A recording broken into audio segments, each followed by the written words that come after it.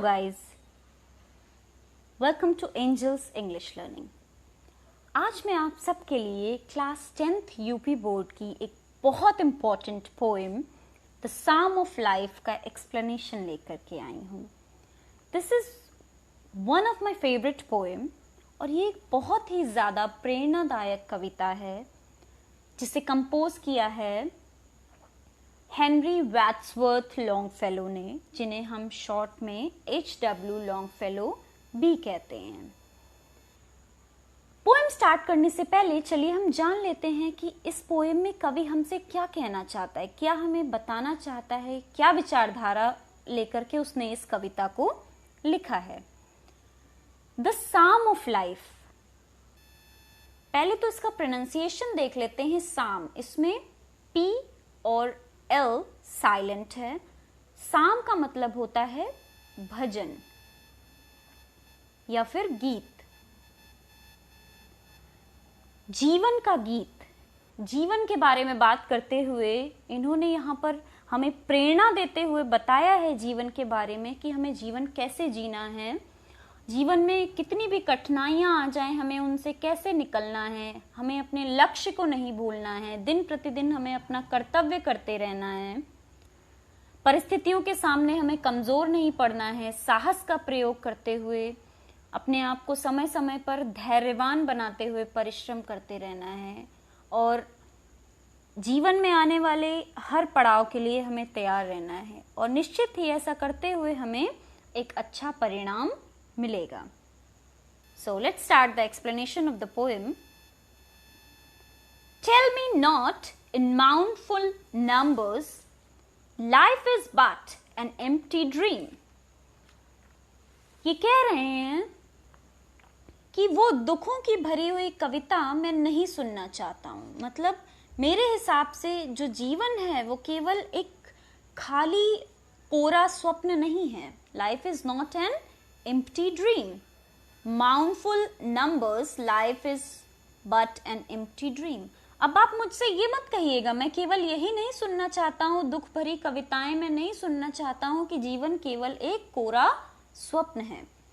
For the soul is dead that slumbers and things are not what they seem.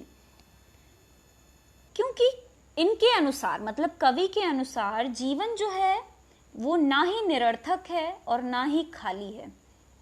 इसका एक निश्चित उद्देश्य होता है। अगर हम समय रहते अपने जीवन के उद्देश्य को समझ लेते हैं, हमें ये नहीं सोचना है कि हमारी आत्मा आराम कर रही है, सो रही है। मृत के समान हमें जीवन व्यतीत नहीं करना है बिना किसी लक्ष्य के, बस आप अपने जिंदगी के दिन काट रहे हैं, ऐसे हमें जीवन नहीं व्यतीत करना है। हमें ये समझना है कि हमारा जीवन जो है वो किन्हीं खास परिस्थितियों के लिए बना है।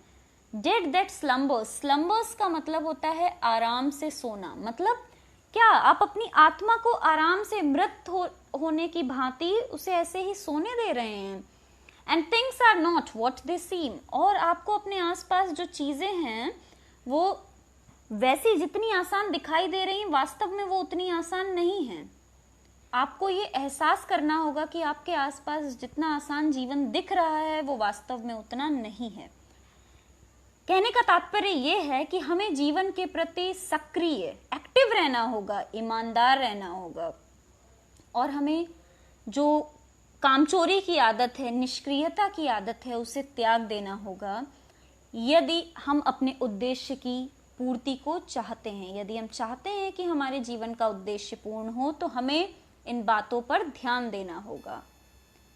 After that he said, life is real, life is earnest, and the grave is not its goal. This is one of the most important stanza of this poem. Make sure you will get this stanza in your board exams most of the time. Life is real, life is earnest, and the grave is not its goal.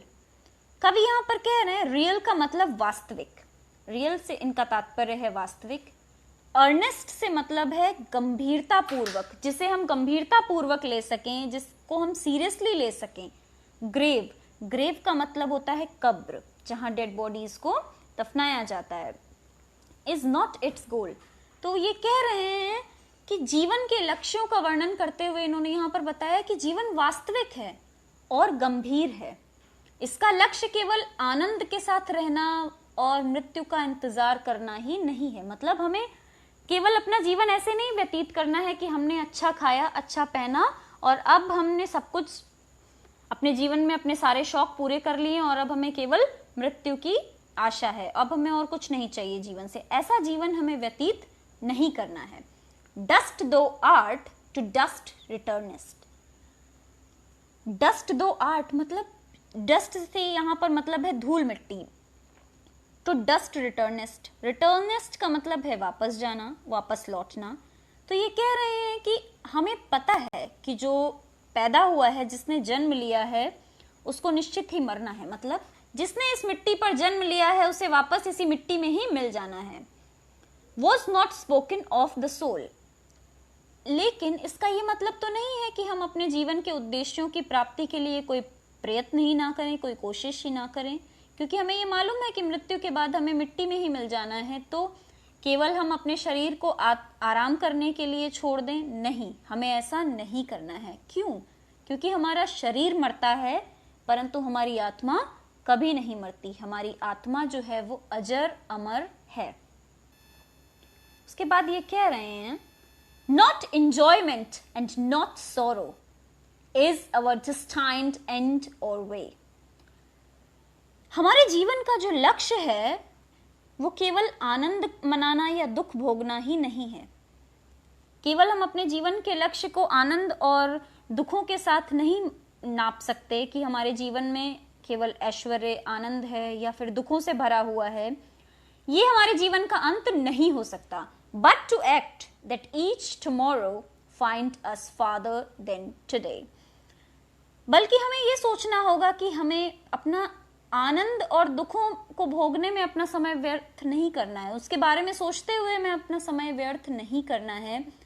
ये सोचकर हमें active रहना है कि जीवन का प्रत्येक क्षण जो है वो हमारे लिए महत्वपूर्ण है। बट टू एक्ट, और हमें ऐसे आज एक्ट मतलब है कार्य करने हैं, ऐसे प्रयास करने हैं हमें, that each tomorrow find us farther than today, कि हमारा आने वाला जो कल है, ईच टुमारो मतलब भविष्य में जो आने वाला कल है, find us farther than today, वो आज से बेहतर हम कैसे बना सकते हैं, हमें इस पर विचार करके काम करना है कि हम अपने आने वाले समय को आज से बेहतर कैसे बना सकते। केवल हमें खाने, पहनने और अपने सुख और दुख के बारे में सोचते हुए अपना जीवन व्यतीत नहीं करना है। उसके बाद ये कह रहे हैं, art is long and time is fleeting and our hearts though stout and brave. Art is long, art is long से मतलब है यहाँ पर इनका ज्ञान से, कहने का इनका तात्पर्य ज्ञान से है। और ये कह रहे हैं कि ज्ञान जो है वो विस्तृत है। And time is fleeting, fleeting का मतलब बहुत तेजी से बीतता है, और समय जो है वो उसका गुण है कि वो बहुत तेजी से बीतता है। एंड आवर हार्ट्स दो स्टाउट एंड ब्रेव, स्टाउट का मतलब मजबूत, ब्रेव मतलब बहादुर। तो और हमें ये भी मालूम है कि हमारा हृदय जो है वो सुख और दुख दोनों को बर्दाश्त करने की क्षमता रखता है, इसलिए वो बेहद मजबूत और बहादुर है। कहने का तात्पर्य है ये कहना चाह रहे हैं कि ज्ञान विस्तृत है और सीखने में लंबा समय लगता है। मतलब समय जो है वो बेहद तेजी से बीतता है, फ्लीटिंग करता है, लेकिन हमें कुछ भी सीखना होता है उसमें हमें समय की आवश्यकता होती है, समय लगता है सीखने में। और यहीं पर हमारे पास कमी होती है कि समय बेहद तेजी से गुजरता है। हमें हमारे लक्ष्य को हासिल करने के लिए निश्चित समय की आवश्यकता होती है।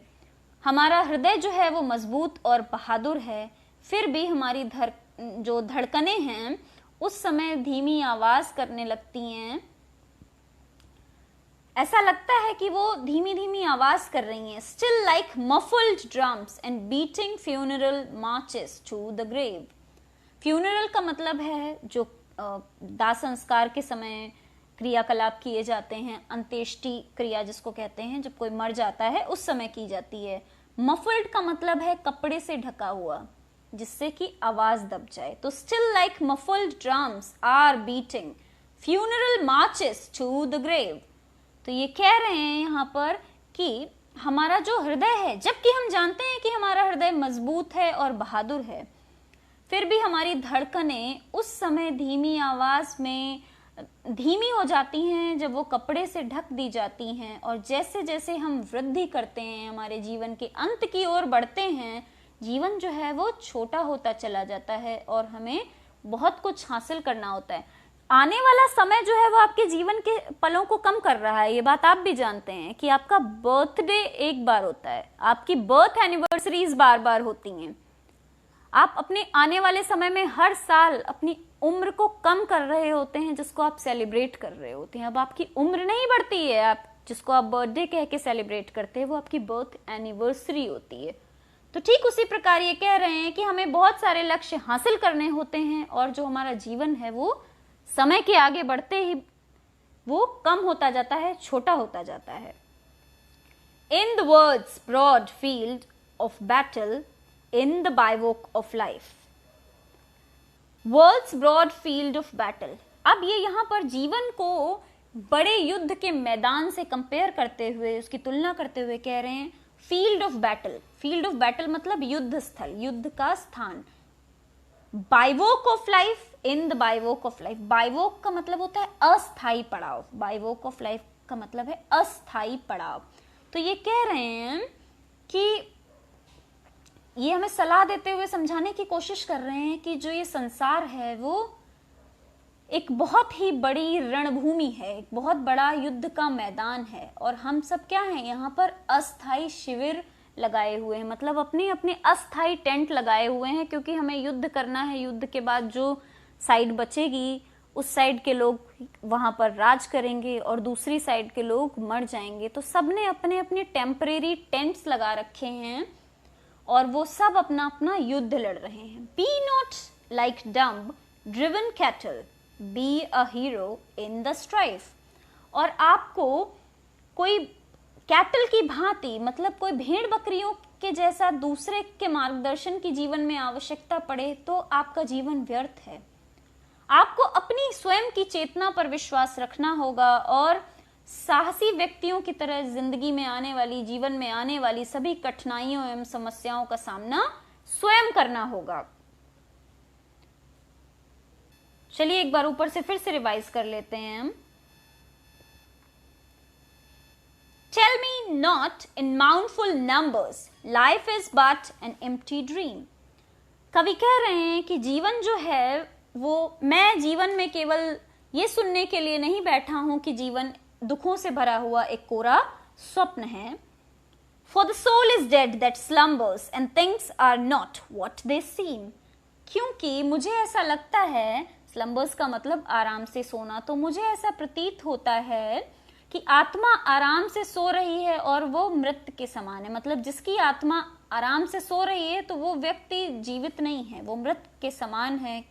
और जीवन में वो आसानी से अगर हार मान लेता है तो मतलब उसके अंदर आत्मा जो है वो सो चुकी है या फिर वो मर चुकी है। अगर वो मेहनत करना ही नहीं चाहता, कठिन परिश्रम करना ही नहीं चाहता, तो मतलब उसकी आत्मा जो है वो एक तरीके से निरर्थक है, बेकार हो चुकी है। And things are not what they seem. और इसलिए हमें जीवन के प्रति सक्रिय और ईमानदार होना चाहिए और अपनी बुराइयों को, अपनी कमियों को त्याग देना चाहिए यदि हम अपने किसी भी लक्ष्य की पूर्ति चाहते हैं। फिर ये कह रहे हैं life is real, life is earnest and the grave is not its goal. जीवन जो है वो क्या है, सत्य है, वास्तविक है और गंभीर है। अर्नेस्ट मतलब गंभीर है।